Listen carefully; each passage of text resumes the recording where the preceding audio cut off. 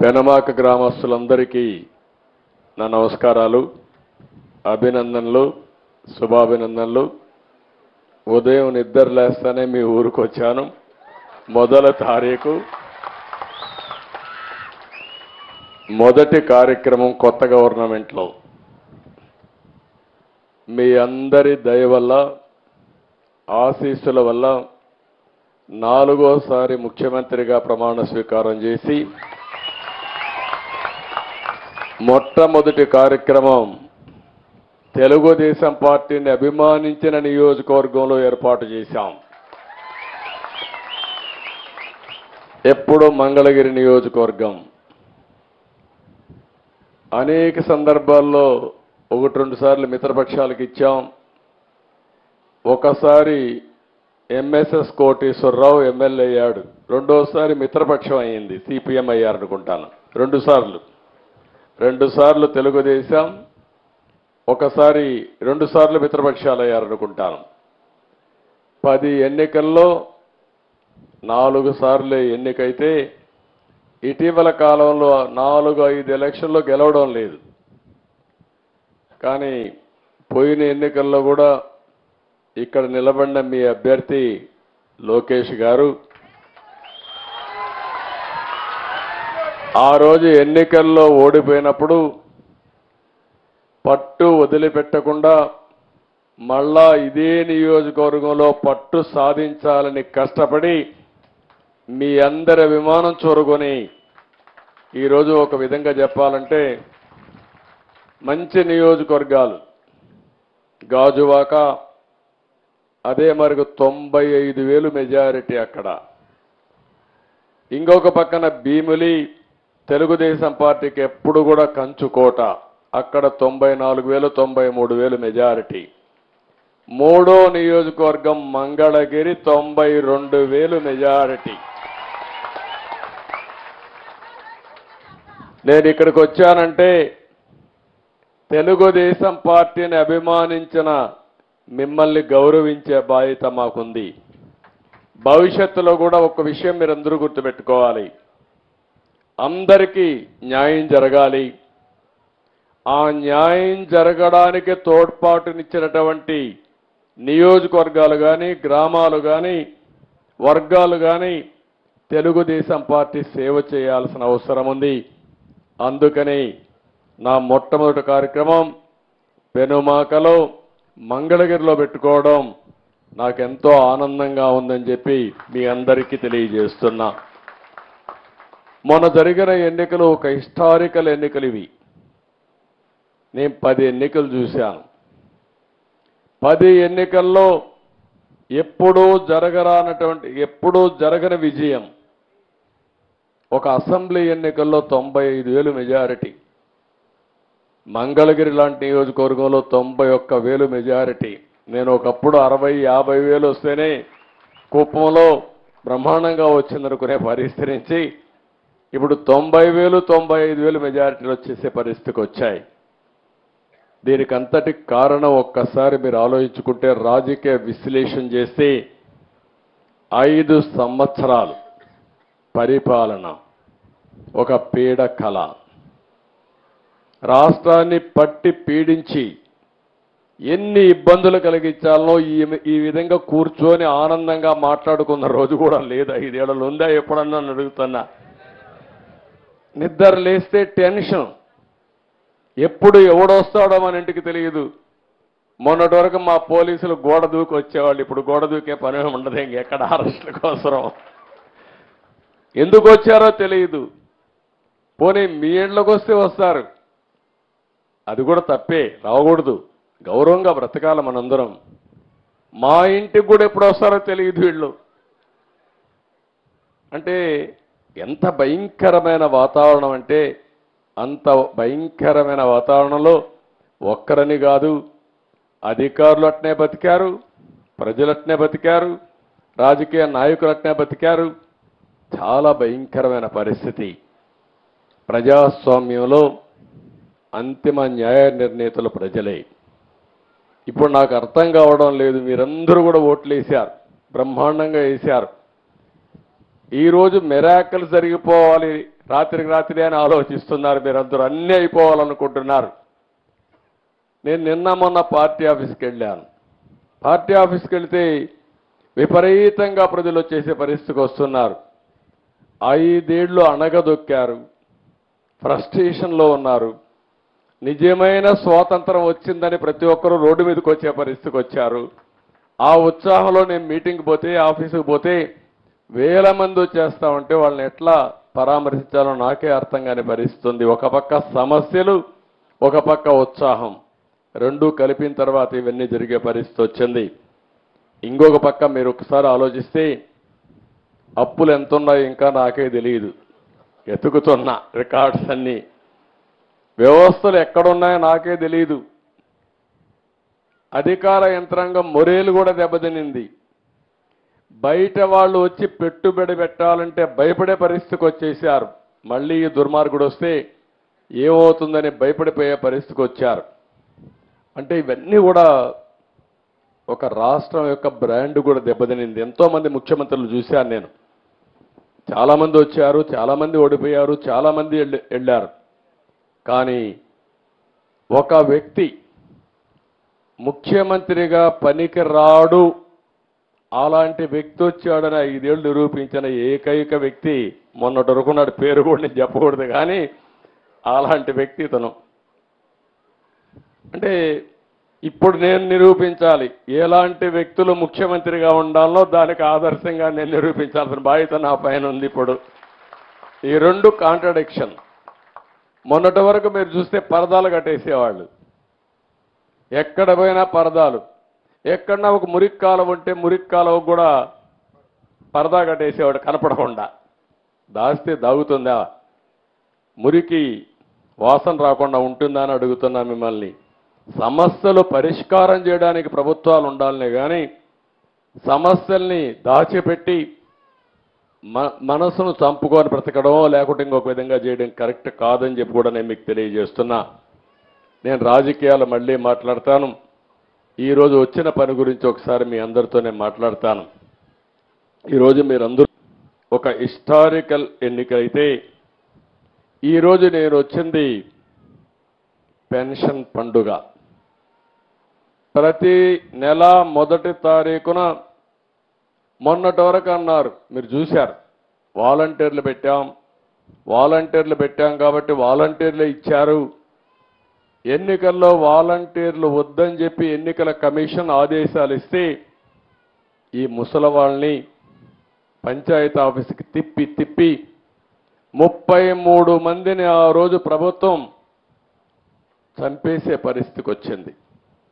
మంచి ఎండలు, మే నెలలో ఎండల్లో తిప్పి దిక్కుదెలిన పరిస్థితిలో ఏప్రిల్, మేలో 33 మంది చనిపోయారు. మేము ఆ రోజు పోరాడాం, అయినా కూడా వినలేదు. ఈరోజు గ్రామ సచివాలయం ఉంది, 1,20,000 మంది ఉన్నారు. 1,20,000 మందిని ఉపయోగించుకుంటే 40-50 పెన్షన్లు ఇస్తే అయిపోతాయి. ఈరోజు అందుకనే ఆ పట్టుదలతోనే గ్రామ సచివాలయ సిబ్బందితో ఒకే రోజు రాష్ట్రంలో అందరికీ పెన్షన్ ఇచ్చే కార్యక్రమానికి శ్రీకారం చుట్టాం. ఎందుకు జరగదో చూపించాలని. అంటే ఒక మోసం చేసినప్పుడు ఏదైనా సరే ప్రజాహితం కోసం పనిచేయాలి తప్ప చేసిందే రైట్ అని నిరూపించడానికి, లేకుంటే వేరే ప్రత్యామ్నాయం లేదని చెప్పడానికి ఆ రోజు మీ అందరినీ కూడా ఇది చేసే పరిస్థితికి వచ్చారు. దగా, మోసం, మాట్లాడితే అబద్ధాలు. నిన్న కూడా మీరు చూస్తూ ఉంటారు, అనునిత్యం 5 ఏళ్ళు అబద్ధాలతో బతికారు, ఇప్పుడు కూడా అబద్ధాలతో బతకాలనుకుంటున్నారు. నా దగ్గర అది వీళ్ళ కాదు. వాస్తవాలను ప్రజలకు చెప్పి మీలాంటి అబద్ధాల కోరల్ని శాశ్వతంగా రాజకీయాలు లేకుండా భూసమాధి చేసే బాధ్యత తెలుగుదేశం పార్టీ, ఎన్డీఏ తీసుకుంటామని చెప్పి నేను మీకు తెలియజేస్తున్నా. ఈ సందర్భంగా ఒక మాట కూడా చెప్పాలి. మొన్న నేను అదే మరి పవన్ కళ్యాణ్ గారు ఇద్దరం కూడా ఎన్నికల ముందే జట్టు కట్టామంటే దానికి కారణం ప్రభుత్వ వ్యతిరేక ఓటు ఒక్కటి కూడా చీలకూడదని ఎప్పుడైతే రెండు పార్టీలకు ఒక అవగాహనకు వచ్చామో ఆ రోజే ఎన్నికలైనాయనే అభిప్రాయంతో అందరూ వచ్చారు. ఆ తర్వాత బీజేపీతో కలిశాం. 3 పార్టీల కలయిక కూడా మీరు గుర్తుపెట్టుకోవాల్సింది, ఈ రాష్ట్ర ప్రయోజనాలు ఆశించి ఇప్పుడుండే ప్రస్తుత పరిస్థితిలో ప్రజలు గెలవాలి, రాష్ట్రం నిలదొక్కోవాలన్న ఆలోచనతోనే చేశాం.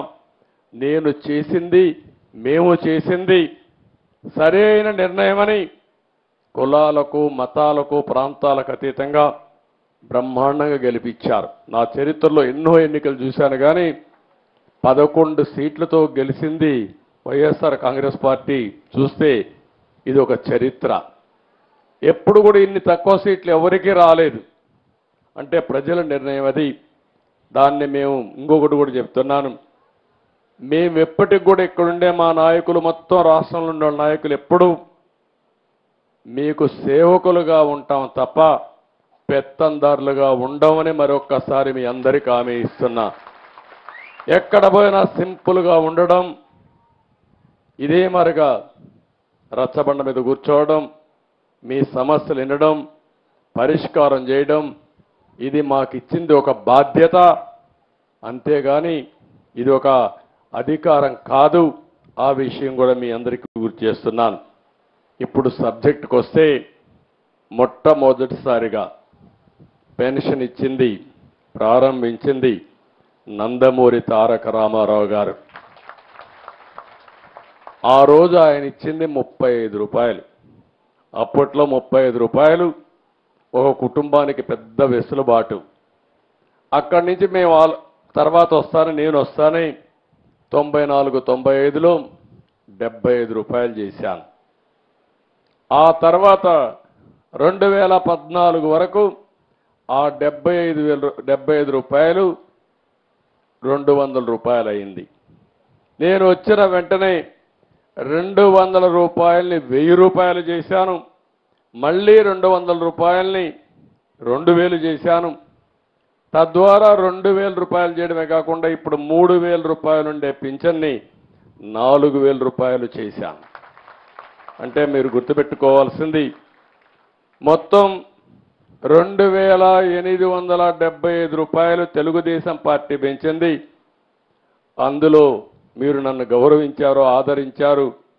2070 దగ్గర 75 రూపాయలు తీసేసి 2875 రూపాయలు 75 రూపాయలు తీసేస్తే 2800 రూపాయలు దగ్గర 35 రూపాయలు తీసేయాలి. 2840 రూపాయలు నేను ఇచ్చాను. అంటే ఈ పేదవాళ్లకు మీకు వచ్చే పింఛను నేను పింఛన పింఛనే అని చెప్పడానికి నేను గర్వపడుతున్నానని చెప్పి కూడా నేను మీకు తెలియజేస్తున్నా. ఇంకొక పక్కన మీరు ఒక్కసారి ఆలోచిస్తే, ఈరోజు మనం ఇచ్చే పింఛన్లు ఒక చరిత్ర, మామూలు కూడా కాదు. ఈరోజు మీరందరూ ఈ విషయం మీరు గుర్తుపెట్టుకోవాల్సిన అవసరం ఉంది. ఇప్పుడు మీ ఊరుంది, మీ ఊరు పెనుబాకలో 2595 మంది రకరకాల పింఛన్లు తీసుకుంటున్నారు.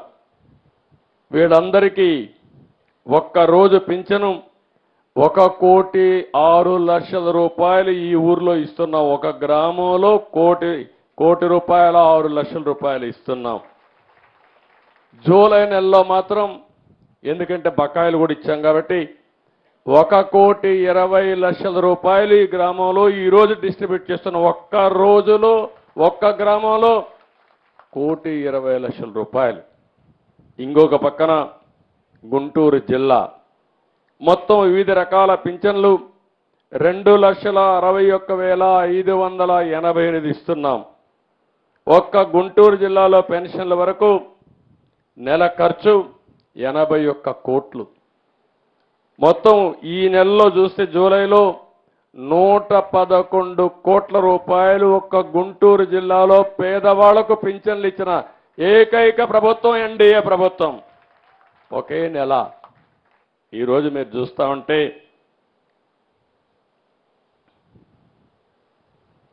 ఇంకొక పక్కన మీరు చూస్తే రాష్ట్రం మొత్తం రకరకాల పింఛన్లు 28 రకాల పింఛన్లు ఉన్నాయి. ఈ పింఛన్లు 65,31,000 మందికి పింఛన్లు ఇస్తున్నాం. 9 మందికో 8 మందికో ఒకరికి చొప్పున ఈరోజు రాష్ట్రంలో పింఛన్లు ఇచ్చే పరిస్థితికి వచ్చాం. కుటుంబాలు కూడా మీరు చూస్తే కొన్ని కుటుంబాల్లో ఎక్కువ ఇస్తున్నాం, అర్హులు ఉండేది ఇక్కడ. ఈ విధంగా ఓవరాల్గా మనం చూసినప్పుడు రాష్ట్రంలో పెన్షన్ల వరకు ఇంతవరకు ఇప్పటి వరకు ఖర్చు అయింది 1939 కోట్లయితే ఇప్పుడు అదనంగా 819 కోట్ల రూపాయలు పెంచాం. మొత్తం ఈరోజు 1650 కోట్ల రూపాయలు 3 నెలల్లో బకాయిలు ఇస్తే 1650 కోట్లు ఇస్తున్నాం. ఒక్క రోజున రాష్ట్రంలో ఈ నెల పింఛన్లు 4408 కోట్ల రూపాయలు ఈ పేదవాళ్ళకి ఇస్తున్నామంటే దీనికంటే కూడా శుభ సందర్భం, దీనికంటే కూడా మంచి రోజు లేదని చెప్పి కూడా నేను మీకు తెలియజేస్తున్నా. ఇప్పుడే నేను ఒక ఇంటికి పోయాను, ఆ ఇంట్లో మాట్లాడాను. ఆ ఇంట్లో మీరు చూస్తే బనావత్ రాములు ఓల్డేజ్ వృద్ధాప్య పింఛన్ ఇచ్చాం, ఆయనకి 7000 రూపాయలు ఇచ్చాను. అదే మరిగా ఆయన భార్య ఏదైతే బనావత్ సీత సిఆర్డీఏ పెన్షన్ ఇస్తానన్నాను, 5000 రూపాయలు సిఆర్డీఏ పెన్షన్ ఇచ్చాం. ఇంకొక పక్క ఆయన కూతురు, ఆ అమ్మాయి కూడా భర్త చనిపోయి విడోగా ఉంది.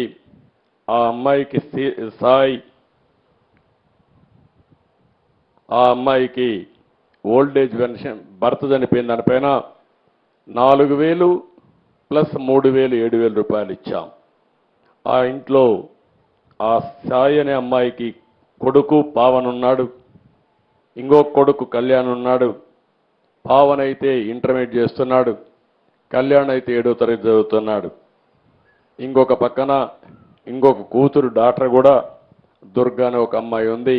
ఆ అమ్మాయి కూడా అక్కడికక్కడగా కొద్దిగా ఆరోగ్యం సరిగా లేకుండా డమ్ అండ్ డఫ్గా ఉంది. ఒక కుటుంబ గాథ చూసినప్పుడు ఆ కుటుంబాన్ని నేను అడిగాను. చుట్టుపక్కల అన్ని ఇండ్లు ఉన్నాయి, మంచి ఇండ్లు ఉన్నాయి. పక్కన వాళ్ళ తమ్ముడే మిద్ది కట్టుకున్నాడు, ఈయన మాత్రం పూరింట్లో ఉన్నాడు. ఇల్లు కూడా కురుస్తూ ఉంది. నేను అడిగాను ఆయన్ని, ఏంటిది అని అడిగాను.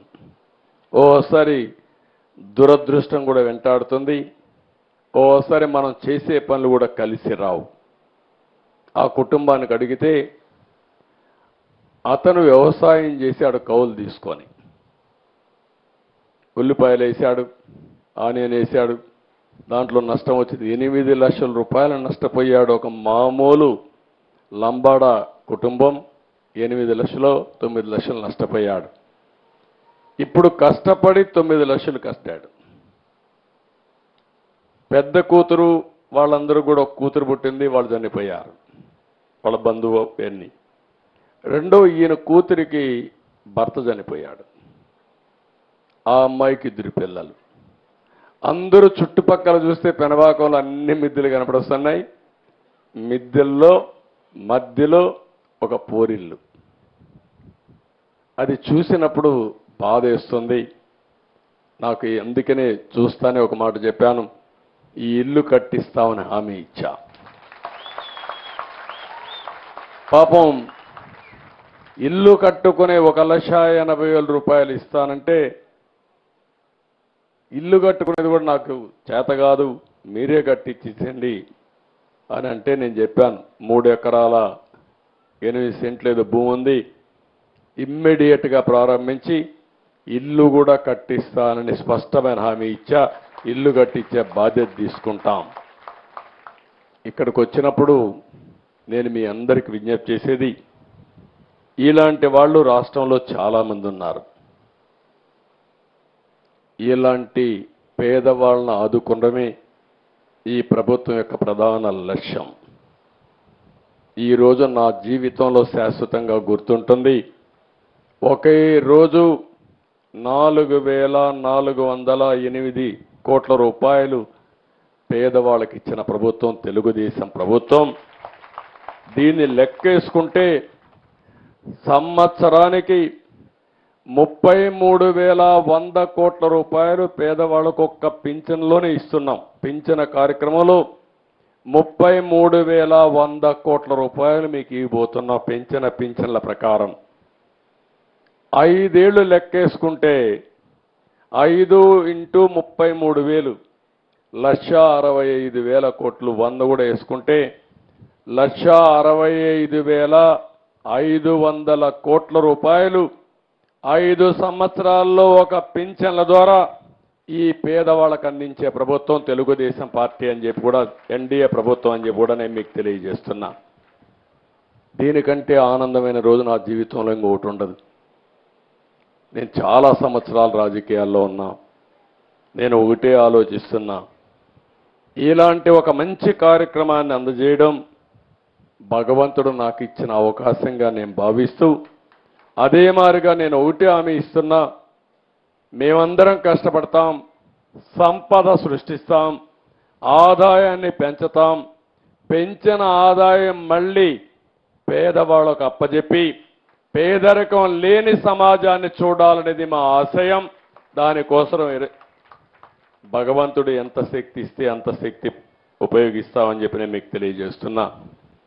మామూలుగా అయితే ఒక హామీ ఇచ్చిన తర్వాత 5-6 నెలల తర్వాత వస్తాం.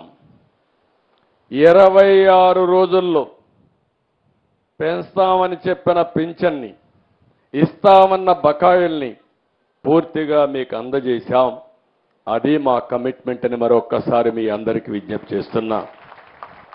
ఈరోజు దీనికి డీటెయిల్స్ పోతే ఒక్కసారి మీరు చూస్తే దగ్గర దివ్యాంగులు ఉన్నారు. 3,000 రూపాయలు పింఛన్ వస్తుంది. అప్పుడు పెంచింది 3,000 పెంచితే అక్కడే పెట్టి వదిలిపెట్టారు. అందుకనే ఈరోజు దివ్యాంగులకి 6,000 రూపాయలు పింఛన్ పెంచామంటే 3,000 నుంచి ఒకేసారి 6,000 రూపాయలు చేసిన పార్టీ ప్రభుత్వం ఈరోజు ఎన్డీఏ ప్రభుత్వం. ఇంకొక పక్కన కొంతమంది జీవితాలు చూస్తున్నాం, పూర్తిగా మంచానికి పరిమితం అయిపోయి ఉంటారు. వాళ్ళకి అనేక సమస్యలు, ఒక యాక్సిడెంట్లో ఇదైతే ఇంకా వాళ్ళకు ఒక ఇంట్లో ఒక మనుషులు సేవ చేయాలి. అలాంటి వాళ్ళు చాలామంది ఉన్నారు. వాళ్ళ కోసం 5,000 రూపాయలు పింఛన్ ఇస్తా ఉంటే కాదు, అలాంటి వ్యక్తులకు 15,000 రూపాయలు పింఛన్ ఇవ్వాలని, ఉద్యోగం చేస్తే ఎంత ఇస్తామో అంత ఇచ్చామని చెప్పి కూడా నేను తెలియజేస్తున్నా. 15,000 ఇచ్చాం. కొంతమంది కిడ్నీ, హార్ట్ లేకపోతే లివర్ ట్రాన్స్ప్లాంటేషన్ చేస్తారు. ఇంకొక పక్క తలసేమియా ఇలాంటి వ్యాధులు వచ్చి ఎప్పటికప్పుడు ఈ యొక్క బ్లడ్ కూడా తీసుకొని ఎప్పటికప్పుడు ట్రాన్స్మిషన్ చేసుకోవాలి. అలాంటి వాళ్ళకి ఇంతవరకు 5,000 వచ్చేది. ఈరోజు 5,000 రూపాయల నుంచి 10,000 రూపాయలు చేశామని చెప్పి నేను మీకు తెలియజేస్తున్నా. అవసరాన్ని బట్టి ప్రతి ఒక్కరిని కూడా ఏ విధంగా ఆదుకోవాలని ఆదుకుంటున్నాం. నేను ఒకే ఒక విషయం మీకు చెప్తున్నాను, ఇది మొదటి అడుగు మాత్రం. సంక్షేమం అంటే ఈరోజు మనం గుర్తుపెట్టుకోవాల్సింది ఏదో డబ్బులు ఇచ్చేయడమో లేకుంటే ఇచ్చామని గొప్పలు చెప్పుకోవడం కాదు. ప్రజల జీవితాల్లో వెలుగు తేవాలి, మీకు వెసులుబాటు తీసుకురావాల్సిన అవసరం ఉంది. మీ జీవన ప్రమాణాలు పెంచడం, అందులోనే మొదటి అడుగు మేము వేయడం జరిగింది. నేను ఒకటే కమిట్మెంట్ ఇస్తున్నా, ప్రజలే దేవాలయం, సమాజమే దేవాలయం, ప్రజలే దేవుళ్ళని చెప్పిన మొట్టమొదటి వ్యక్తి నందమూరి తారక రామారావు గారు. ఆ స్ఫూర్తితో పనిచేసే ప్రభుత్వం మా ప్రభుత్వం. అందుకే ఈరోజు హామీ ఇస్తున్నా, పేదవాళ్లపైన శ్రద్ధ పెడతాం, అనునిత్యం ఆలోచిస్తాం, వినూత్నంగా ఆలోచిస్తాం. పేదరికం లేని సమాజాన్ని, ఆర్థిక అసమానతలు తగ్గించే వ్యవస్థకు రూపకల్పన చేయడమే నా ఆలోచన. ఇది చేసి మా నిజాయితీ నిరూపించుకుంటామని చెప్పి మరొక్కసారి మీ అందరికీ హామీ ఇస్తున్నా. ఈరోజు ఇంకొక పక్క ప్రభుత్వం దివాలా తీసింది. ఎంతుందో అప్పు నాకైతే తెలియదు, మా ఆఫీసర్లు కూడా తెలియడం లేదు. ఇంకా అన్నీ ఎతుకుతున్నాం. మొన్నే ఒక వైట్ పేపర్ ఇచ్చాం. పోలవరం వచ్చుంటే ఈరోజు మీకు నీళ్లు వస్తున్నాయంటే ప్రకాశం బ్యారేజ్కి ఆ రోజు కట్టిన పట్టిసీమ. అంతేకాకుండా పోలవరం కానీ పూర్తయి ఉంటే ఈరోజు మీరు ఒకసారి రాష్ట్రంలో ప్రతి ఎకరాకు నీళ్లు ఇచ్చేవాళ్ళం, సంపద సృష్టించేవాళ్ళం. మీరందరూ అమరావతిలో ఉన్నారు. అమరావతి కూడా ఏమైందో మీరు ఒక్కసారి ఆలోచించండి. ఈరోజు ఇక్కడ నేను మాట్లాడిన ఈ లంబాడా కుటుంబం అమరావతి కానీ పూర్తయి ఉంటే ఈ పాటికి కనీసం ప్రతిరోజు ఒక 1000 రూపాయలు సంపాదించుకునే అవకాశం వచ్చేది. అలాంటి అవకాశాన్ని పూర్తిగా నిర్వీర్యం చేసే పరిస్థితికి వచ్చారు. అందుకే మొత్తం తవ్వుతున్న కొద్దీ నాటి తప్పులు అప్పులే బయటపడుతున్నాయి. అయినా సరే ఇలాంటి కార్యక్రమానికి శ్రీకారం చుట్టాలనే ఉద్దేశంతో మేము ఈ కార్యక్రమానికి శ్రీకారం చుట్టాం.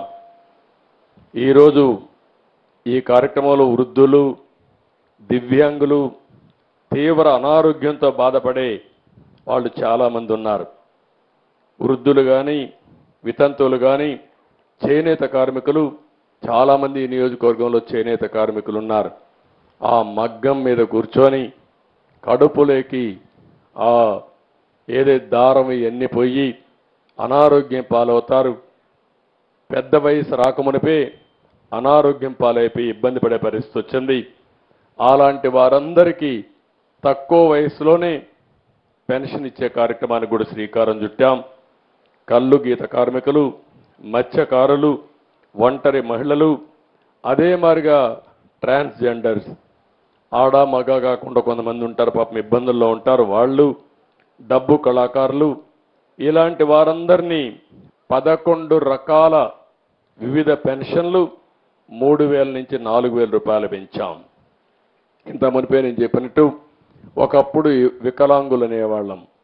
నేను ఆ పేరు కూడా వాడకూడదని ఇప్పుడు దివ్యాంగులు అంటున్నాం, విభిన్న ప్రతిభావంతులు అంటున్నాం. భగవంతుడు వాళ్ళ పట్ల చిన్న చూపు చూశాడు కానీ నా ఆలోచన ఒకటే, అలాంటి వారికి చేయూతనివ్వడం సమాజం బాధ్యత. ఆ బాధ్యతకు అందరికంటే ముందు నేను ఉంటానని మరొక్కసారి మీకు అందరికీ హామీ ఇస్తున్నా.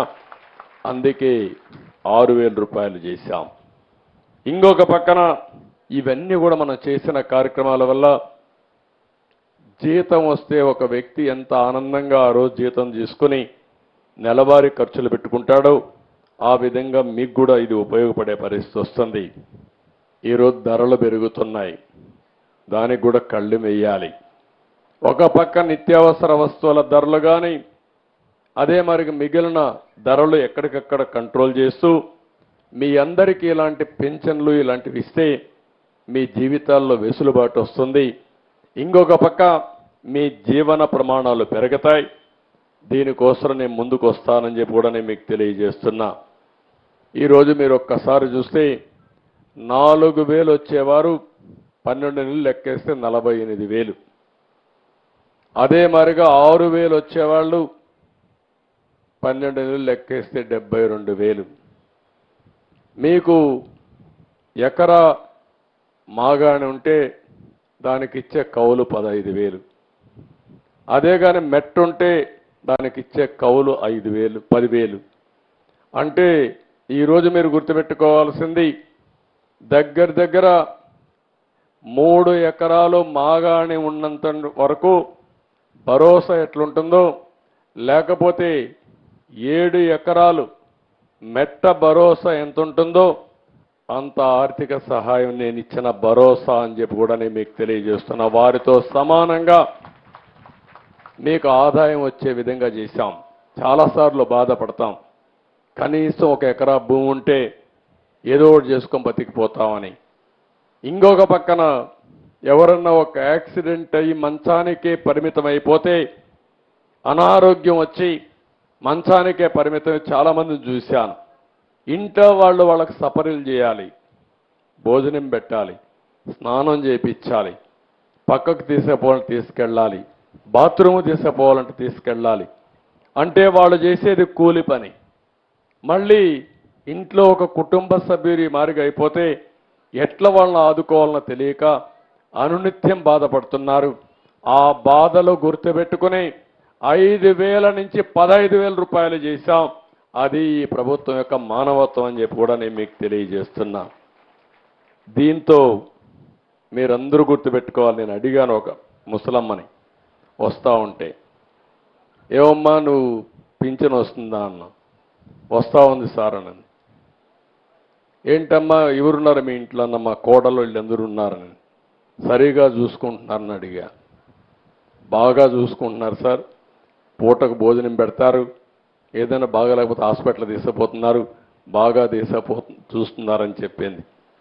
నేను ఎప్పుడో మీకు ఒకసారి హామీ ఇచ్చా, ప్రతి ఒక్క కుటుంబానికి పెద్ద కొడుకుగా ఉంటా, కుటుంబ పెద్దగా ఉంటా, మీ బాధ్యత తీసుకుంటానని ఆ రోజు చెప్పాను. ఈ డబ్బుల వల్ల ఈ వృద్ధులు వికలాంగుల యొక్క ఒక గౌరవం పెరిగింది. ఒకప్పుడు మీరు చూస్తే, మీరందరూ ఆలోచిస్తే, ఒకప్పుడు ముసలాళ్ళు ఉంటే మేమే కష్టాల్లో ఉన్నాం, వీళ్ళని భరించేది మేమెక్కడ భరిస్తాం అనుకునేవారు.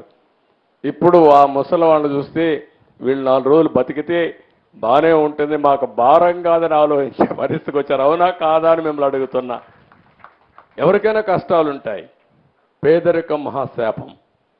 అలాంటప్పుడు బాధలు ఉన్నప్పుడు మనం బతకాలి, పిల్లల్ని పోషించాలి, మళ్ళా వీళ్ళు చూసుకోవాలంటే భారంగా ఉండే పరిస్థితిలో నాకెంతో సంతోషం. ఇప్పుడిచ్చే 4000 పెన్షన్లో దగ్గర 2800 రూపాయలు నేనే ఇచ్చానంటే దానికంటే నా జీవితంలో ఇంకోటి నేను ఆశించను. అంత మంచి కార్యక్రమానికి శ్రీకారం చుట్టాను. భగవంతుడు నాకు ఈ అవకాశం ఇచ్చాడని చెప్పి కూడా నేను మీకు తెలియజేస్తున్నా. అందుకనే ఈరోజు మీ అందరిని ఒకటే కోరుతున్నా. ఈరోజు మీరు చూస్తే ఇలాంటి కార్యక్రమం ఒకే రోజు 1,20,097 మంది సచివాలయం సిబ్బంది వచ్చారు. అక్కడక్కడ వాలంటీర్ సహకారం ఉంటే తీసుకోమని చెప్పాం. నేను ఆ రోజు ఎన్నికల ముందు ఒక మాట చెప్పాను చీఫ్ సెక్రటరీకి, ఎక్కడెక్కడున్నారో మాకు తెలియదన్నారు. మీకు తెలియడం ఏంటయ్యా, గూగుల్ అంకుల్ అడిగి చెప్తుంది ఎవరిల్లు ఎక్కడుందో, నేరుగా ఇంటికి వెళ్ళిపోవచ్చు, ఫోన్ తీసుకోనని చెప్పాను. అంటే టెక్నాలజీ బాగుండే రోజుల్లో ఎవరు ఎక్కడుంటారో నేరుగా కారులో కూడా ఎక్కితే నేరుగా జియో ట్యాగింగ్ పెట్టేస్తే నేరుగా ఏ ఇంటికి పోవాలనో ఆ ఇంటికి వెళ్ళి కారే ఆగుతుంది. ఫోన్లో పెట్టుకుంటే ఏ ఇంటికి పోవాలనో ఆ ఇంటికి పోయి నిలబడే పరిస్థితి వస్తుంది. ఆ రోజు అలాంటి రోజుల్లోనే కావాలని చెప్పి ఇష్ట ప్రకారం చేశారు. ఈరోజు మనస్ఫూర్తిగా సచివాలయం సిబ్బందిని అభినందిస్తున్నా, అడ్మినిస్ట్రేషన్ అభినందిస్తున్నా. ఆ రోజు మా వల్ల చేత కాదని చెప్పిన అడ్మినిస్ట్రేషన్ ద్వారానే మేము చేయగలుగుతామని చేసి చూపిస్తున్నామని చెప్పి కూడా నేను మీకు తెలియజేస్తున్నా. ఆ రోజే నేను ఒక మాట అన్నాను, నీకు చేత కాకపోతే ఇంటికి పోండి, నాకు అధికారం ఇవ్వండి, చేసి చూపిస్తానన్నా. ఆ అధికారం ప్రజలు ఇచ్చారు, చేసి చూపించానని చెప్పి మరొక్కసారి మీ అందరికీ తెలియజేసుకుంటున్నా. ఒకే రోజు 5 సంతకాలు పెట్టాను. ఒకటి డిఎస్సి, ఇక్కడ కూడా యూత్ ఉన్నారు, ఎన్నో సంవత్సరాలుగా ఉద్యోగాలు ఇవ్వలేదు. అలాంటి దగ్గర 16,500 ఉద్యోగాలు ఒకేసారి సంతకం పెట్టి వీలైనంత తొందరలో టీచర్లు రిక్రూట్ చేసే బాధ్యత ఈ ప్రభుత్వం తీసుకుంటామని చెప్పి కూడా నేను మీకు తెలియజేస్తున్నా. అదే సమయంలో 3వ సంతకం మీ భూములు కొట్టేసే ల్యాండ్ టైటిలింగ్ యాక్ట్. అది వచ్చుంటే ఏమయ్యేదో నాకు తెలిసేది కాదు. ఆ రోజు చెప్పాను, మీ భూమి వేరే వాళ్ళు రాసుకునేవాళ్ళు, మీది ఉండేది కాదు, తెల్లవారితే బాధపడుతూ కూర్చోవాలి. ఈ కబ్జాదారులంతా వచ్చి ఎవడు రాసుకున్నా మీరేమి చేయలేని పరిస్థితి ఉండేది. దాన్ని కూడా రద్దు చేయడం కోసం మొన్నే 2వ సంతకం పెట్టాను, క్యాబినెట్ డెసిషన్ కూడా అయిపోయింది. 3వ సంతకం అన్నా క్యాంటీన్. తప్పకుండా అమరావతిలో కూడా ఈ ప్రాంతంలో అన్నా క్యాంటీన్లు వస్తాయి. తద్వారా మళ్ళీ పూర్వ రోజులు 5 రూపాయలకే అన్నా క్యాంటీన్కి పోయి కడుపు నిండా భోజనం చేసే పరిస్థితి వస్తుందని చెప్పి కూడా నేను మీకు తెలియజేస్తున్నా. అన్నా క్యాంటీన్ ఈరోజు చూస్తే ఒక పవిత్రమైన కార్యక్రమం. ఎన్టీ రామారావు గారు మొట్టమొదటి రోజుల్లో తిరుమల తిరుపతి దేవస్థానంలో అన్నా క్యాంటీన్ ప్రారంభించాడు. అంటే ఫ్రీ మీల్ టీటీడీలో స్టార్ట్ చేశాడు. ఆ రోజు ఆయన ఒక మంచి ఇంటెన్షన్తో స్టార్ట్ చేశాడు. దానిపైన దాతలను ఇన్వైట్ చేశాం. ఈరోజు దగ్గర దగ్గర 1200-1300 కోట్ల రూపాయల కార్పస్ ఉంది. ఎవరైనా సరే వాళ్ళ పిల్లల పుట్టినరోజున కానీ ఒక మంచి అకేషన్లో అన్నదానం చేయాలంటే రోజంతా చేయాలన్నా ఒకరోజు చేయాలన్నా చారిటీ కింద డబ్బులు ఇచ్చే పరిస్థితికి వచ్చారు. ఇప్పుడు చూస్తే ఎన్టీ రామారావు గారు పెట్టిన ప్రోగ్రాంలో మా మనోడు దేవాంశ్ ఒక్కరోజు 35 లక్షల రూపాయలు డొనేట్ చేసే పరిస్థితికి వచ్చాడంటే ఇది ఒక చరిత్ర, ఒక జ్ఞాపకం.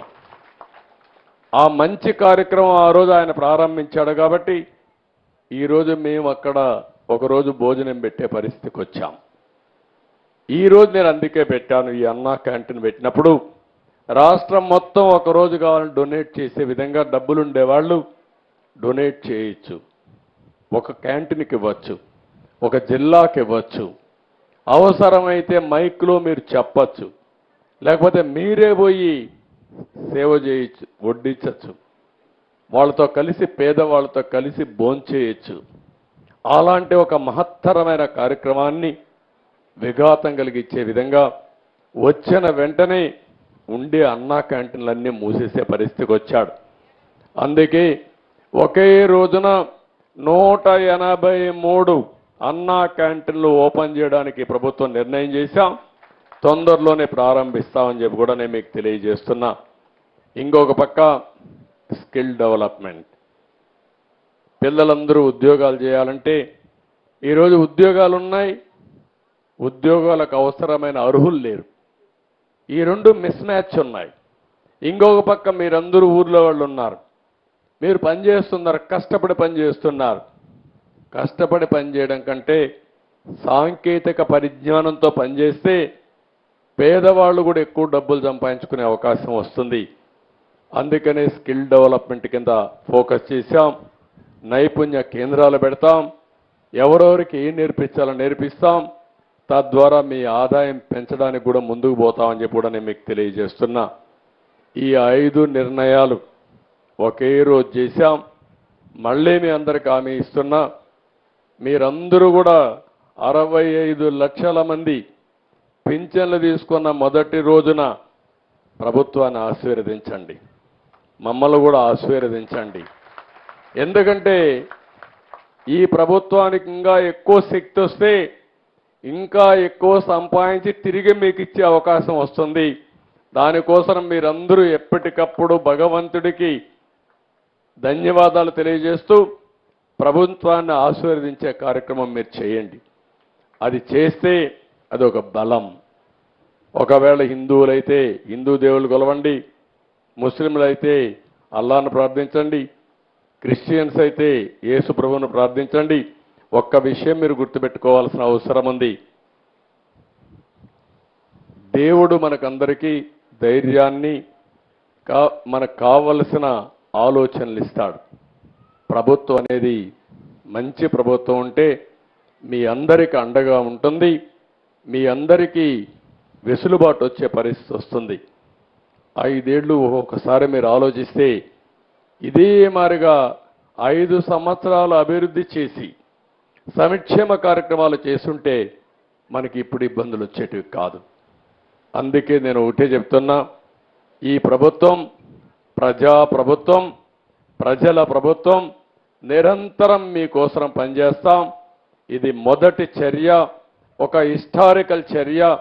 ఒకే రోజు 4,408 కోట్ల రూపాయలు 65,31,000 మందికి ఇవ్వడం ఇది ఒక చరిత్ర. దీన్ని కొనసాగించే విధంగా మేము ఆలోచిస్తాం. మమ్మల్ని నిండు మనసుతో ఆశీర్వదించి సహకరించండి. ఇంకొక పక్క కూడా మీకు విజ్ఞప్తి చేస్తున్నా, మా ఆలోచన పేదరికం లేని సమాజం, ఆర్థిక అసమానతలు తగ్గించే విధానాలకు శ్రీకారం చుట్టడం. అది ప్రభుత్వ విధానాల వల్లనే సాధ్యం. అలాంటి నిర్ణయాలు తీసుకుంటాం. మీరు కూడా సహకరించాలి. మళ్ళీ వాళ్ళు వీళ్ళు వచ్చేది కథలు చెప్తే మీరందరూ గుర్తుపెట్టుకోవాల్సిన అవసరం ఉంది. 2019లో తెలుగుదేశం పార్టీ ఆ రోజు గెలుచుంటే ఈరోజు మనందరికీ ఇబ్బందులు వచ్చేటివి కాదు, మీకు ఇబ్బందులు వచ్చేటివి కాదు, నాకు ఇబ్బందులు వచ్చేటివి కాదు, అధికార యంత్రాంగానికి ఇబ్బందులు వచ్చేటివి కాదు. ఎప్పుడు కూడా కంటిన్యూటీ చాలా ముఖ్యం. ప్రభుత్వం అనేది బాగా స్పీడ్లో పోతా ఉంటే స్పీడ్ బ్రేకర్ వేసి రివర్స్ కొట్టి రివర్స్ టెండర్ అనే పేరు పెట్టి అందరినీ కూడా మన బ్రతుకులే రివర్స్ చేసేశారు. ఇప్పుడు ఇక్కడి నుంచి మళ్ళా కోలుకుని మళ్ళా ముందుకు పోవాల్సిన అవసరం ఉంది. మళ్ళా అప్పుడప్పుడు మీకు ఆలోచనలు మారుతూ ఉంటే అన్నీ చేశాడు కాబట్టి ఈసారి ఇంకొకరు చూద్దాం అనుకుంటే మాత్రం మళ్ళా ఈ రోజులే వస్తాయి. అది గుర్తుపెట్టుకోవాల్సిన అందరిని కోరుకుంటూ మీరందరూ అనునిత్యం ఆలోచించుకోవాలి. ఈ రోజు నుంచి ప్రభుత్వ విధానాలు ఏ విధంగా మారాయి, ఒక ప్రభుత్వం మారితే ఎంత వెసులుబాటు వస్తుంది, మీ జీవితాలు ఏ విధంగా వెలుగు వస్తుందనే విషయాలు కూడా ఆలోచించుకొని అందరం కలిసి సమిష్టిగా పనిచేద్దాం. మాకు ఓటేసాం కాబట్టి మీరే చేసుకోండి, మేము మాత్రం ఇంట్లో కూర్చుంటాం, మేము పనే చేయం, ఇంట్లోనే కూర్చుంటాం, మీరే పని చేయండి అంటే మాత్రం కుదరదు. అందరం పని చేద్దాం. నేను ఒక మాట చెప్పాను ఎన్నికల ముందు, అతను ఇచ్చేది 10 రూపాయలు ఇచ్చి 100 రూపాయలు దోచుకుంటున్నాడు. నేను వచ్చిన తర్వాత 15-20 రూపాయలు ఇస్తాను. ఎట్లా ఇస్తానంటే సంపద సృష్టిస్తాం, ఆదాయాన్ని పెంచుతాం, పెంచిన ఆదాయాన్ని పేదవాళ్లకు సంక్షేమ కార్యక్రమాల ద్వారా పంచుతాం. ఇంకొక పక్క 15-20 రూపాయలు ఇచ్చి ఆ 20ని 200 చేస్తాం, 200 2000 చేస్తాం, 2000ని 20,000 రూపాయలు చేసే మార్గం మీకు చూపిస్తానని ఆ రోజు చెప్పా. దానికి నేను కట్టుబడి ఉన్నా.